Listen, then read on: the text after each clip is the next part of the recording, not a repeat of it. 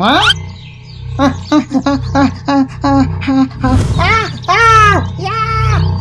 हर तरफ तबाही थी, मानो कि एक भयंकर तूफान ने पूरे जंगल में पेड़ पौधों को उखाड़ फेंक तहस नहस कर दिया हो।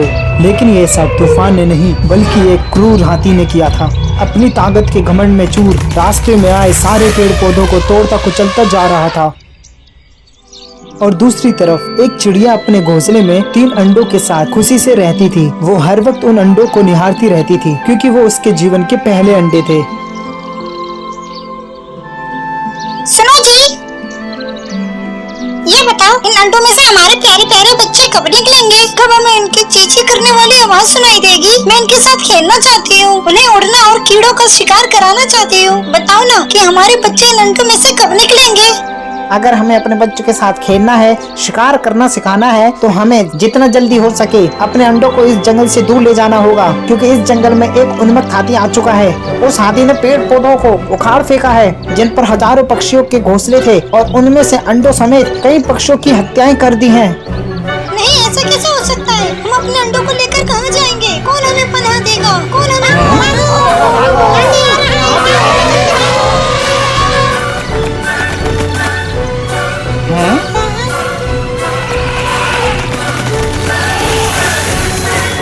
अरे नहीं, ये यहीं आ रहा है। तुम अंडों का क्या रखना, मैं अभी आता हूँ।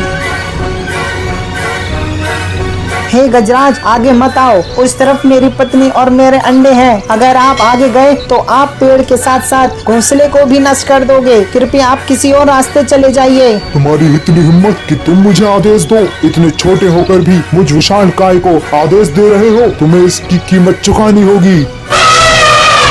नहीं गजराज, नहीं, ऐसा मत करो। हमारे अंडे टूट जाएंगे। ऐसा मत करो। हे भगवान, हमारे अंडे! रुक जा दोस्त हाथी, कहाँ जा रहा है? रुक! मेरे बच्चे! मैंने पहले ही कहा था, यहाँ से चलते हैं। उसने हमारे बच्चों की हत्या की है, उसे मैं छोड़ूंगी नहीं।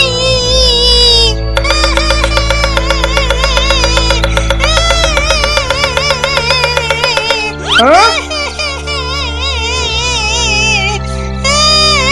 अरे क्या हुआ दोस्तों, तुम रो क्यों रहे हो? मेरे बच्चों की हत्या कर दी उस दुष्ट हाथी ने। दोस्त, एक क्रूर हाथी ने हमारे अंडों को फोड़ दिया है। इस प्रकार गम में डूबे रहने से अंडे वापस नहीं जुड़ जाएंगे। अगर तुम्हें उस हाथी से बदला लेना है तो हमें कुछ करना होगा। हम ठहरे छोटे मोटे से जीव, हम उस विशालकाय बलशाली हाथी से कैसे लड़ेंगे? वो तो हमें अपने पैरों के नीचे चींटियों की तरह कुचल देगा। हम नहीं लड़ पाएंगे उससे। मित्र, एकता में बहुत शक्ति होती है। हम अपनी शक्तियाँ जोड़ेंगे। कैसे जोड़ना है हमें? मेरा एक मित्र मधुदार नामक भंवरा है, मेरे साथ चलो, हमें उससे सलाह लेनी चाहिए।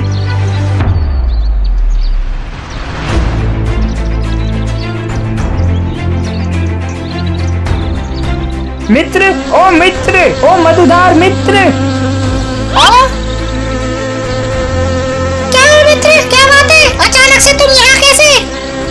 मित्र, एक बहुत बड़ी समस्या आ गई है। फिर कटफोड़वा ने मधुदार को चिड़िया और चिड़ा के अंडे फूटने की सारी घटना सुनाई। मधुदार यह सुनकर बहुत दुख हुआ।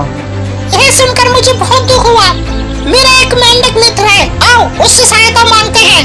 अब चारों उस सरोवर के पास पहुँचे जहाँ वह मेंढक रहता था।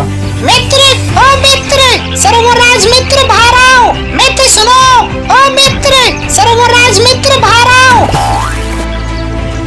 बोलो मधुदार मित्र, क्या बात है?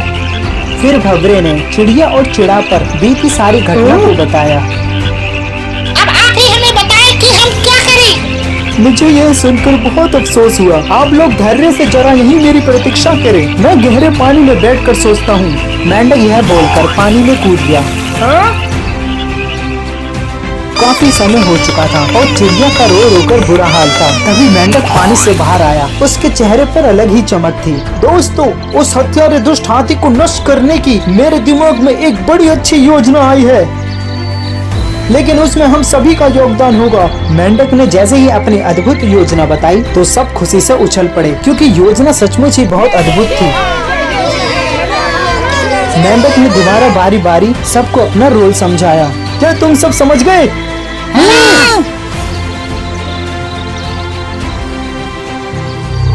कुछ ही दूर वह उन्नत हाथी क्रोध में पूरे जंगल में तोड़फोड़ मचा रहा था।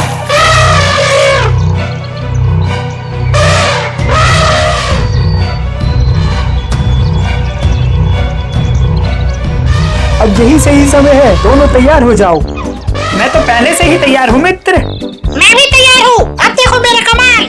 पहला काम भंवरे का था। वह हाथी के पास जाकर मधुर राग गुंजाने लगा। अरे वाह, कितनी मधुर धुन है। राग सुनकर हाथी मस्त होकर आंखें बंद करके झूमने लगा। जब हाथी आंखें बंद करके खूब झूम रहा था, तभी कठफोड़वा ने अपना काम कर दिखाया। दुष्ट हाथी, तेरा अंत आ गया है। ओ, मेरी आंखें।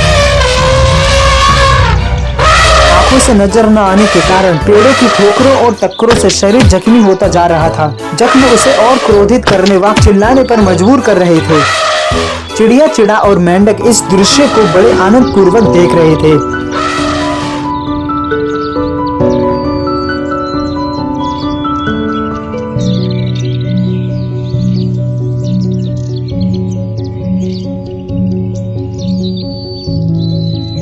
आपका बहुत बहुत धन्यवाद सरोवर राज जी। आपने जंगल के सभी पक्षियों और उनके बच्चों की हत्याओं का बदला लेने में बहुत बड़ी सहायता की है। हाँ सरोवराज, आपका बहुत बहुत धन्यवाद। आपका यह ऋण हम कभी जिंदगी भर नहीं चुका पाएंगे।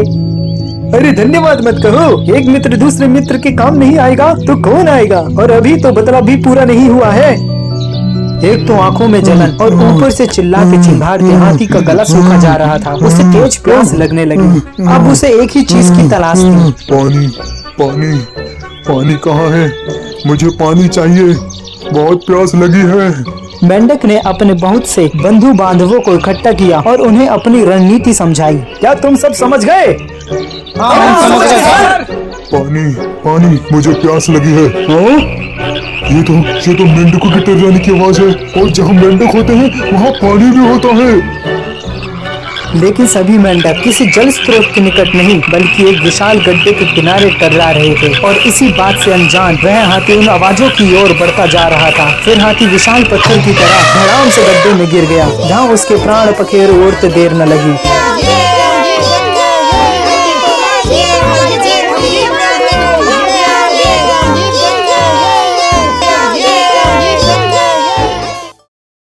इस कहानी से हमें क्या शिक्षा मिलती है? यही कि एकता में बहुत बल होता है और अहंकारी का देर या सवेर अंत जरूर होता है।